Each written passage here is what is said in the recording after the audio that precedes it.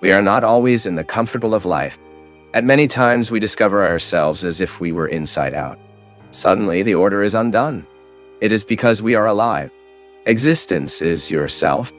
Suddenly, you took an exam result that has placed you, which has now made you lose a new time in your story. It is not in that health that you imagined being. An examination disagree with our lives. Yes, I know what it is. Sometimes we are full of plans for the future, and suddenly we will have to postpone because we will have to have a treatment. And so, life is constantly disagreed because we are alive. It is part of the dynamics of existence. Suddenly, someone you love was having coffee with you today and is dead at night. And so, the one who did future projects yesterday, today, was buried. That child that until then you had in your arms is no longer. It would be a very naive view of life. Why does this really weaken the human being? Life disorganizes our story all the time. Why? Because it is dynamic. It is not static. And that's how we have to live. Managing the averse, managing the discomfort. What dismisses us? That makes us afraid. This is the experience of constant coping. Life is like this. Those who promised fidelity betray. They are fragile, as I am, as you are. As a priest, I've seen so many sufferings that... Yes. It makes a lot of suffering. Much makes us suffer, but it hurts very, very special, very cruel, I say. Being betrayed, losing confidence, can no longer look into the eyes of the one you once trusted your life. Not know what he makes of your life. That he has many of his things, which are his own. The other takes us with him, and when he cheats on us, he is cheating on us. Because there are us inside him. It is more than losing a material object. It is much more than losing something of value. It is the breaking of confidence. And don't keep thinking it's just you that happens, right? See? My neighbor has a much better life than mine. Because you do not know. It's because you don't know the conflicts it faces closely. Get ready. If you want to live the dynamics of Christianity in you, get ready to face your contradictions. Get ready to see the averse of your feeling, to have the courage to deal with what you have closest to what you sometimes hide. Get ready to remove the spot of holiness that sometimes we decide to put on us, to see if we hide our defects, to see if we hide dear shame. On the mountain of our temptations, where we are, where I am, where you are, with this dynamic life disorganizing the structures that support us, we also need to establish the clashes with the devil, which does not have the slightest interest in our happiness, in our joy, in our fulfillment. So all that he offers us is terrible, bad, destructive. Get ready to be honest to identify that what you crucify so much is what you are not able to crucify in you. In the territory where I am situated today, I need to manage failures, successes. I don't know what the raw material is part of its history today. What I know is that anywhere in the world, the dynamic is the same. Anywhere in the world, the dynamic is the same. Have to manage the conflict of being who we are. The higher we want to live, my people, the greater the incidence of strong winds. Seeking things from above, yes, always. But get ready. Because staying high requires a lot of willingness to face strong winds daily.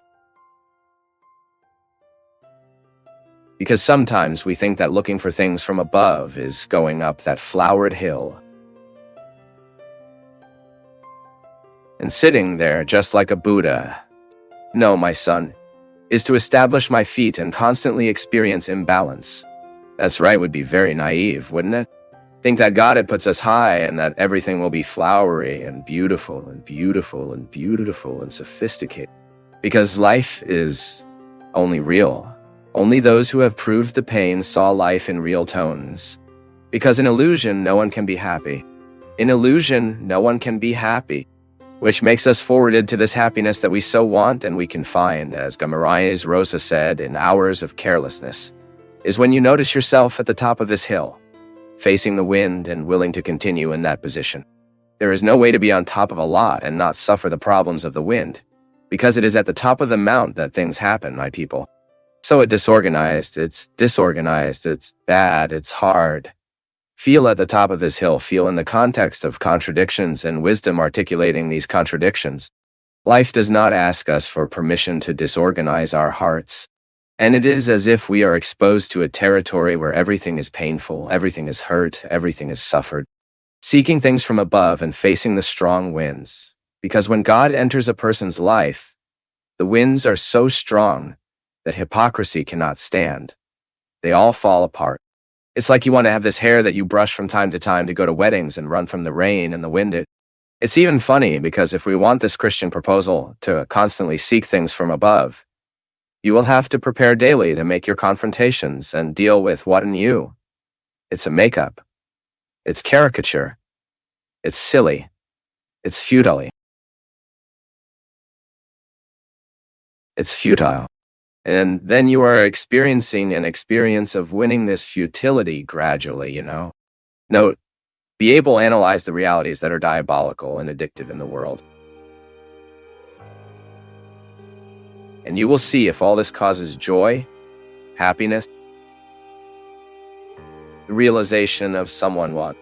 It may even cause temporary pleasure, but it does not perform. So we are on this hill where life is so difficult because the winds are many. Christian life is discomfort, which is why in Lent we remember the discomfort and to see if we wake up. It is not so that God can write down in your notebook how many Wednesdays, how many Fridays have you been without meat or did not do that. No, God is much more interested in knowing what is the repercussion of this whole sacrifice in your life, and that he doesn't even write down in the notebook, he just smiles. One will not strengthened is the gateway to everything that is evil. Because the devil likes naughty, unwilling, lazy, uncompromising, irresponsible people with himself. These people he recruits, and it is sowing in these lazy hearts their harmful seeds, as I like to say, that the devilish grows in us through us.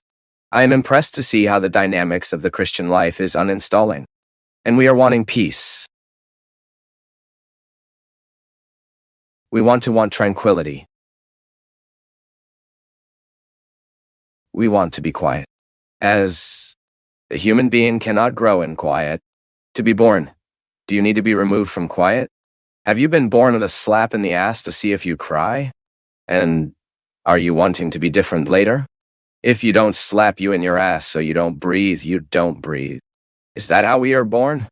Absolutely dependent on the discomfort for us to wake up.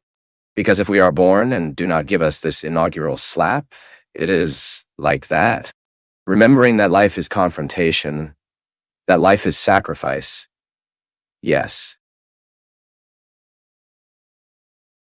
It is difficulty.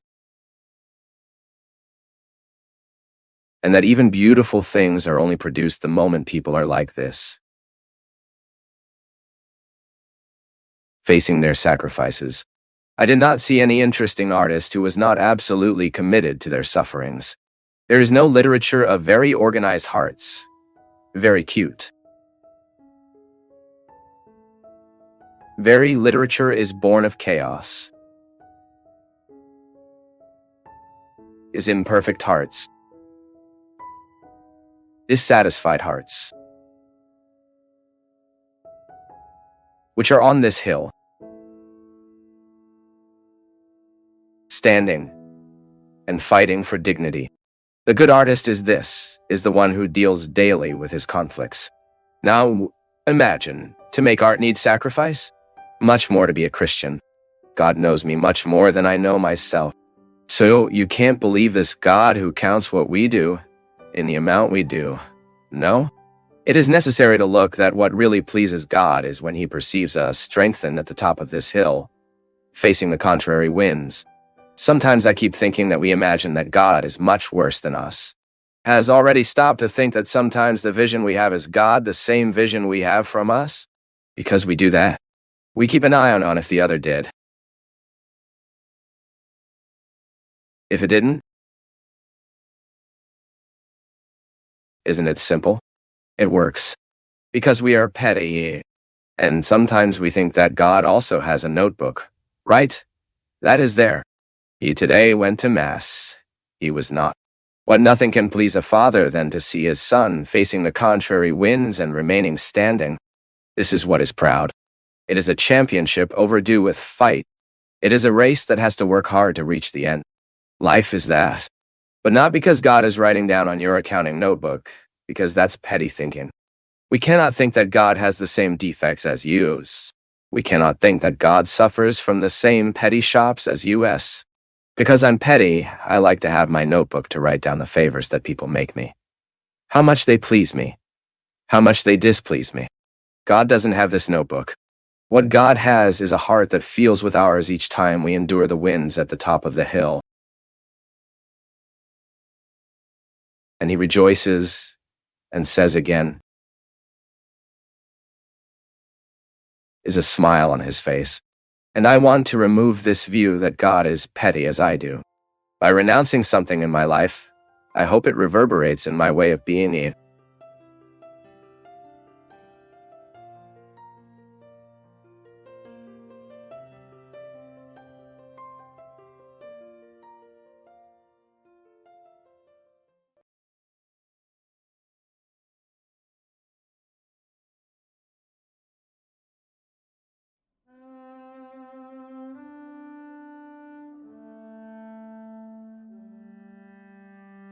And when I speak of prayer, my people, understand in the broader way, all of this is praying. Living can be a prayer. As long as you dawn the day and are willing to live well, to do the people you will find, accept one wait for another, to help the world to be better, all is praying. Then you see, our prayer also has two dimensions. That reverence to God. I recognize God as my Savior, my Lord. Then I give you praise, worship. But when I find myself with people, I also need to remember that the praise that pleases God is the love I love. It's the forgiveness I grant, the hug I give. It's not like this. It is no problem we make mistakes with each other. Sometimes we make a mistake, but it is so noble for us to recognize. Look, I'm sorry. Forgive me. This is praying. And praise God. It was not Jesus who said before presenting the offering, go and reconcile with your brother, with your friend that you are a little fighting, with the one you have not spoken for so long,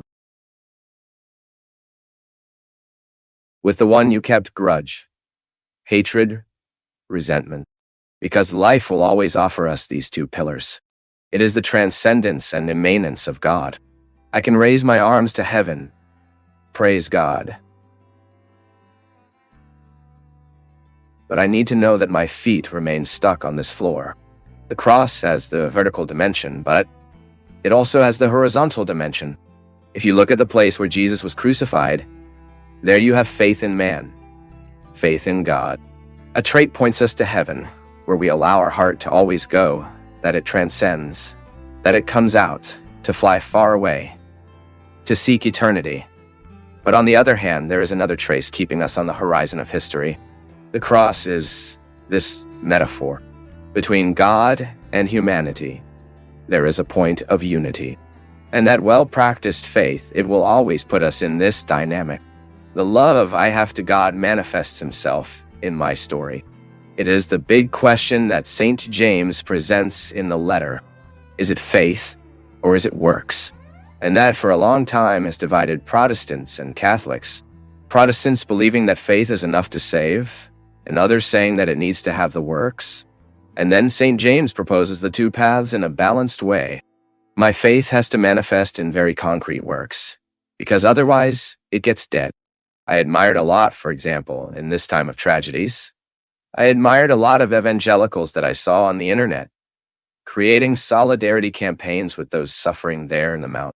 Because as time goes by, we risk forgetting that the suffering is still there in Terasopolis.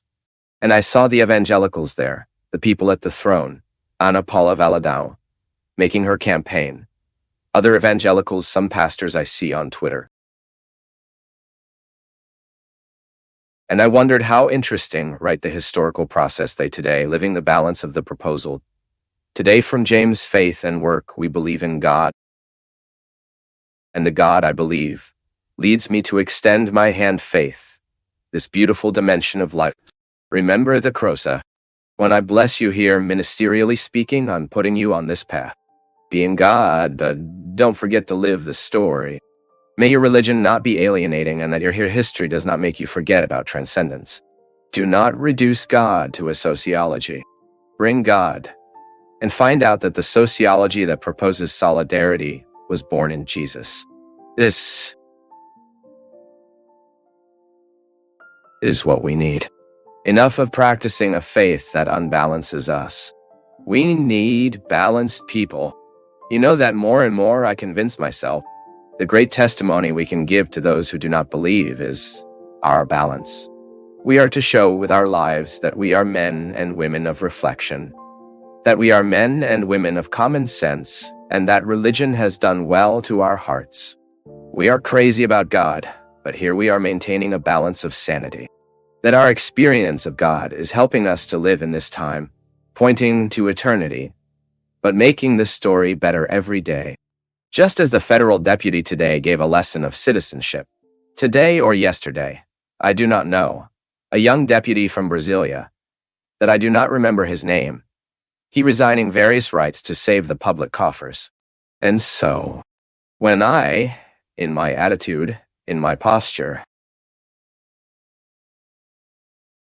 I can make the world better. The God who moves my heart, the God who generates my faith, that he gives me all the time as a gift.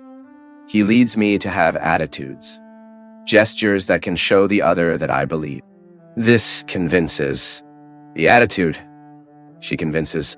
When people look at us and find that we are committed to the truth, to justice, to love, to mercy, because we believe in Jesus. Father Fabio, is evil omnipresent? Why does it propagate so much? You see, how can evil be ubiquitous? As he has legitimate representatives, isn't it? From the moment it is represented by people spread by this world. I always say, my people. And say again. What is the evil structure in the world? Evil exists as a process of seduction. This statement of the devil, we have already talked about this many times here. What is the devil? It is the one who divides. He is the one who separates. He is the one who breaks.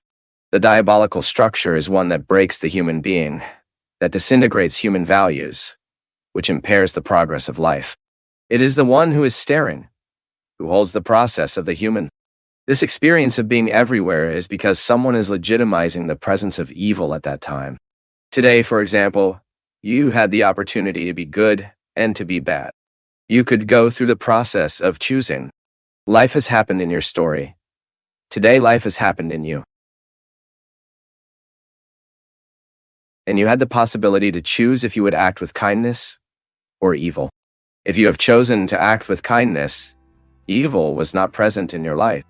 You stopped legitimizing the presence of evil and, on the contrary, legitimize the presence of good in your attitude. Now, if at that moment your weakness has prevailed over you and the option for evil happened,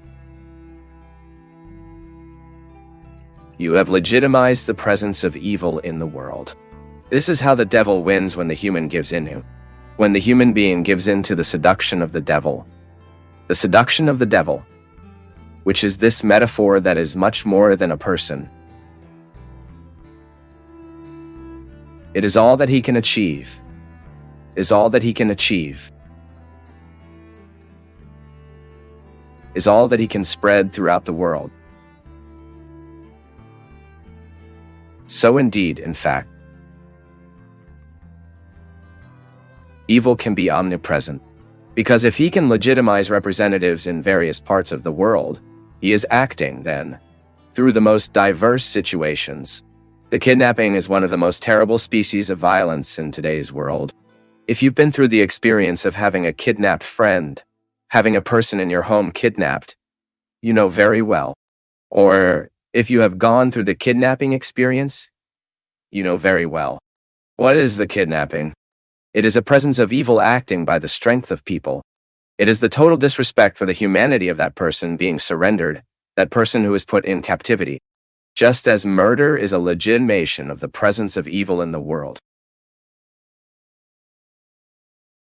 Just as theft. Guys, and this evil has proportions. The devil wins in great things, and the devil wins in little things. It is people who choose if he will win or if he will lose. Christianity is always a proposal to win good.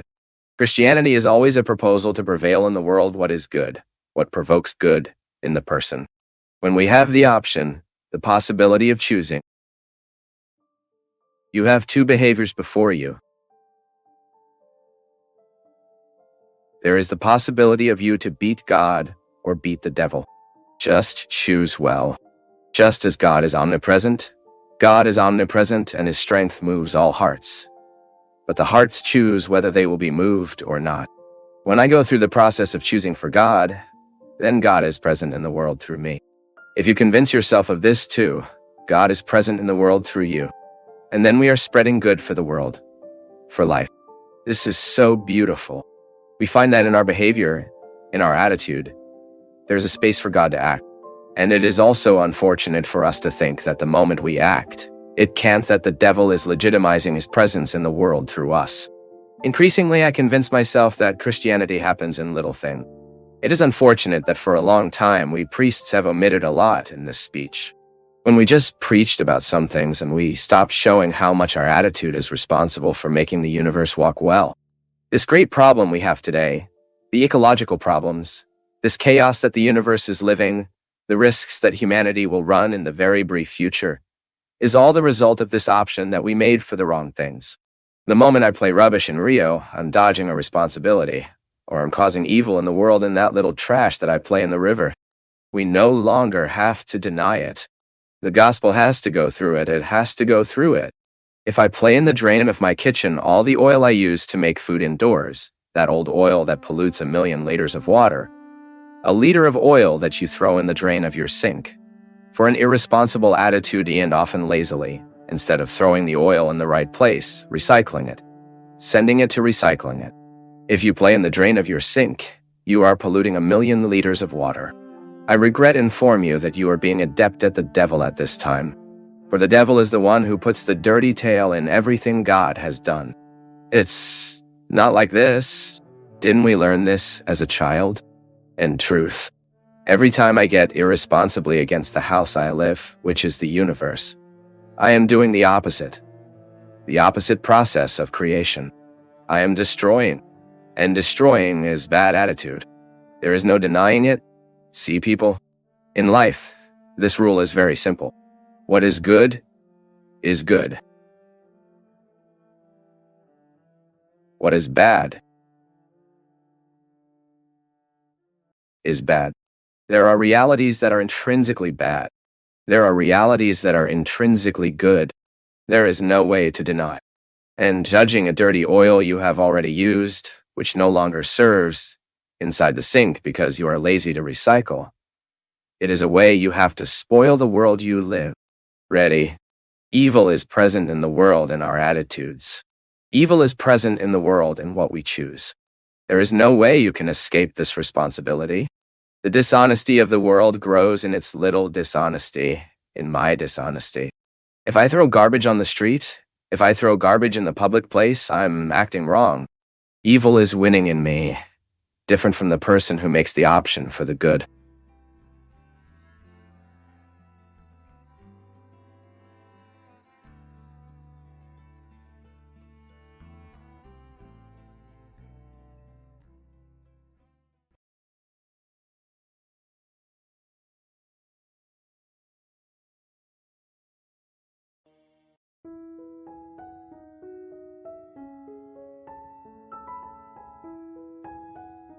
Touch me the way he wants.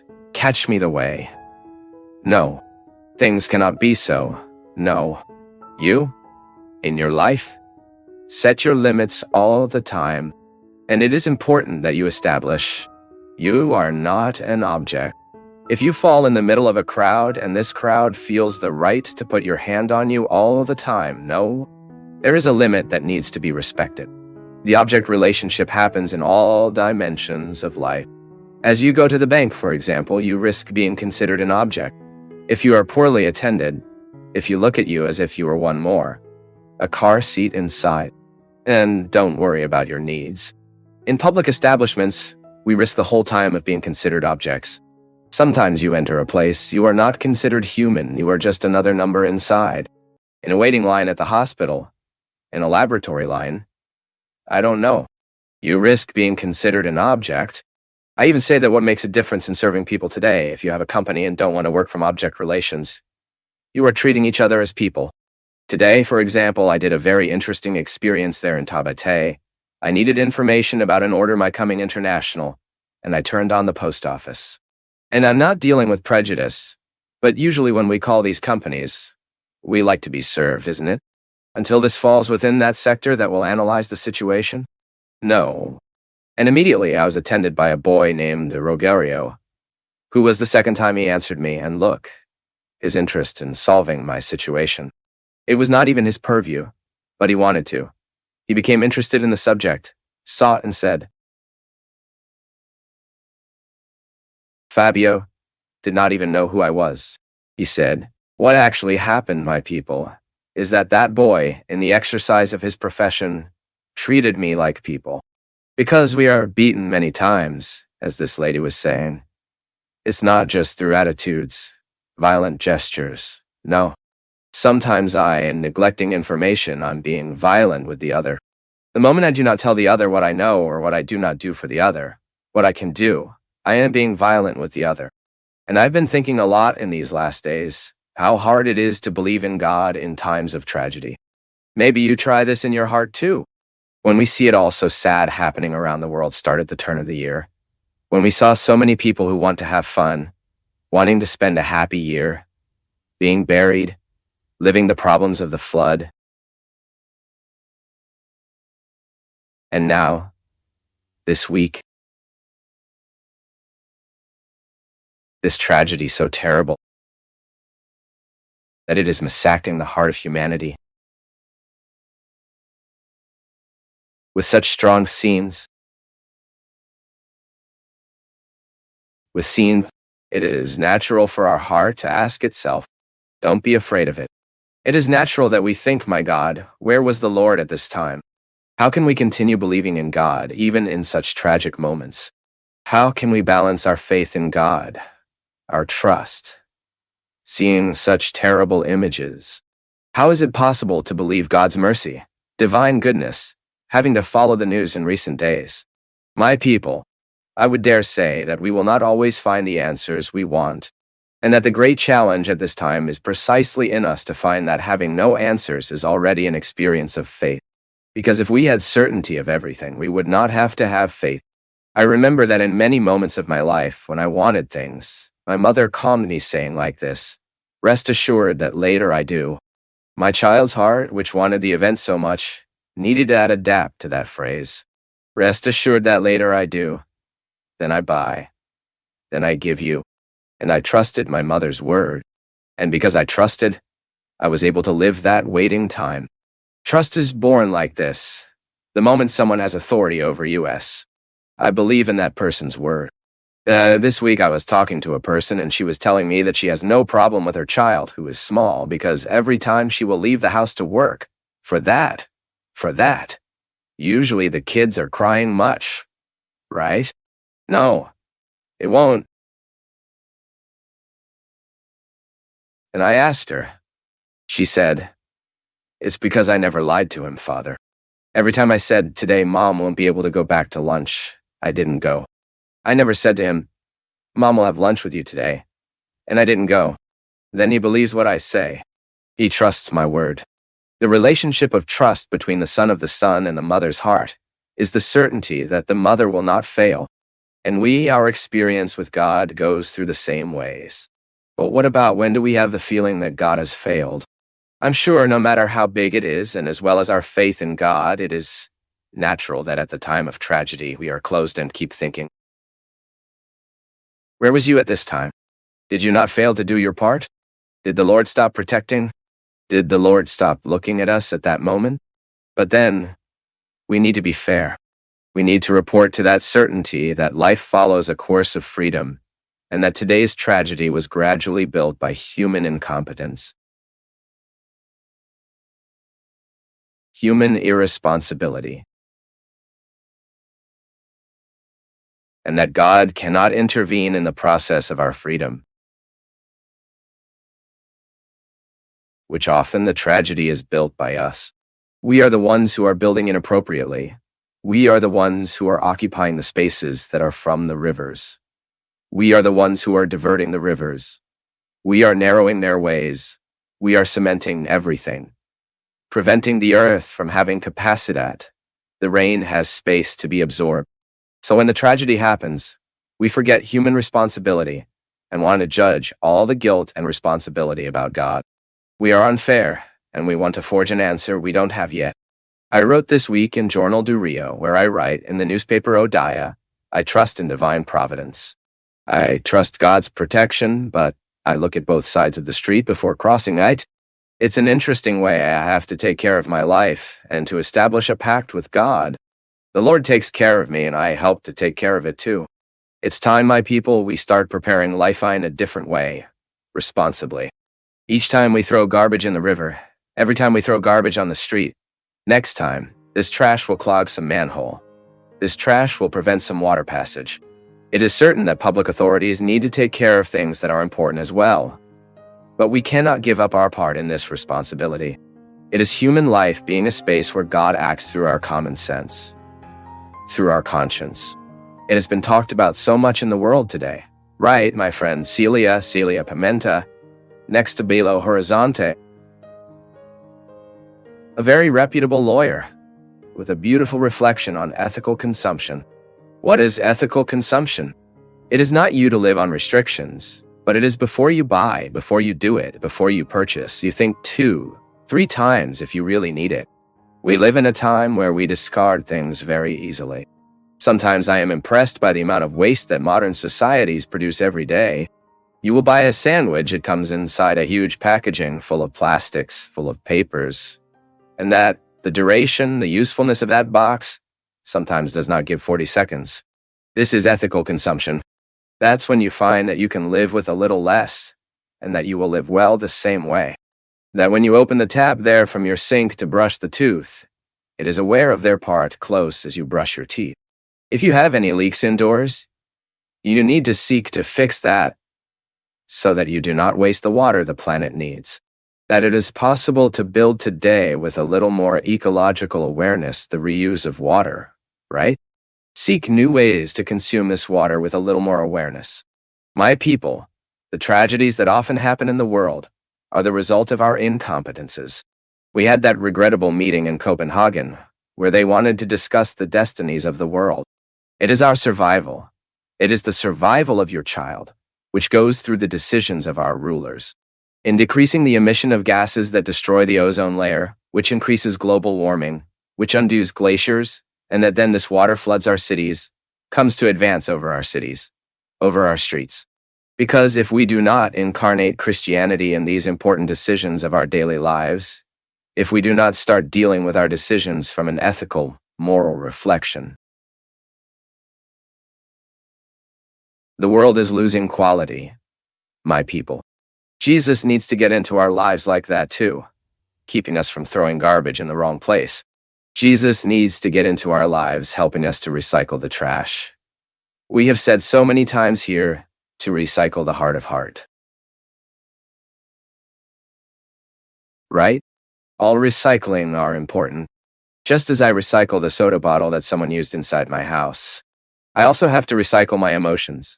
I also have to recycle my faith at this time, when everything seems hopelessly lost, in which you have no answers to many things, in which your heart doubts the existence of God because of so many tragedies. It's time to recycle. It is time to give life a new opportunity. Every time we have a disrespect within the relationships we establish, we need to take the post first. That is, to assume the role. When we are disrespected, it is because we somehow authorize disrespect. I always say this, and have a very clear conviction of that. For me, this is very real, and I see it a lot in practice. People who are disrespected, they usually authorize those who first disrespected. It is a rule of life. If a person shouts with you once and you don't say anything about her scream, if you don't say that scream really bothers you and you don't want her to keep screaming, it is possible that she screams her entire life. And why did you never say? Because you never revealed to her that that scream bothered her. So it is possible that she will continue to scream all her life. That is, you did not take the position at the right time, so you will have to take the rest of your life. Because she identified that with you, she can scream when she wants. When a person slaps you, especially in the relationship husband and wife, and you accept this slap, and you don't put that man in his place, you are authorizing that this husband becomes an aggressor. And often reporting it is the best way to help you. You can't pass this violence alone and silent, because each time you hide your aggressor, you are giving him full powers to keep assaulting you. And these relationships marked by aggression are relationships we call objectives. What is an object relationship? That's when I'm before someone I see as an object. An object I can do what I want with him. He has no reaction. I can get this chair and break it. I can rain outside. I can scream with her. And it won't change what this chair is, because it is an object. Now, from the moment I treat that person as if it were an object, that is, with total disrespect for him, I am, then, dehumanizing the relationship. A dehumanized relationship is a relationship that will cause much suffering in who is inside it, because we do not want to be dehumanized. But I say again, at the moment, there is the first gesture of dehumanization. If we do not react against this gesture, it is possible that we go dehumanizing more and more. And you know that in practice. It begins to think about your life, how many people have already assaulted you with words, and they are constant aggression many times. Daughter who screams with her mother, this is so common, isn't it? Son who assaults his mother. One day this mother lost authority over him. And authority is not screaming, see?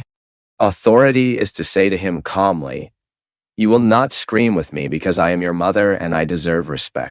And you will demonstrate through your attitudes that if he continues to scream with you, he will go through a correction process that will be very painful to you.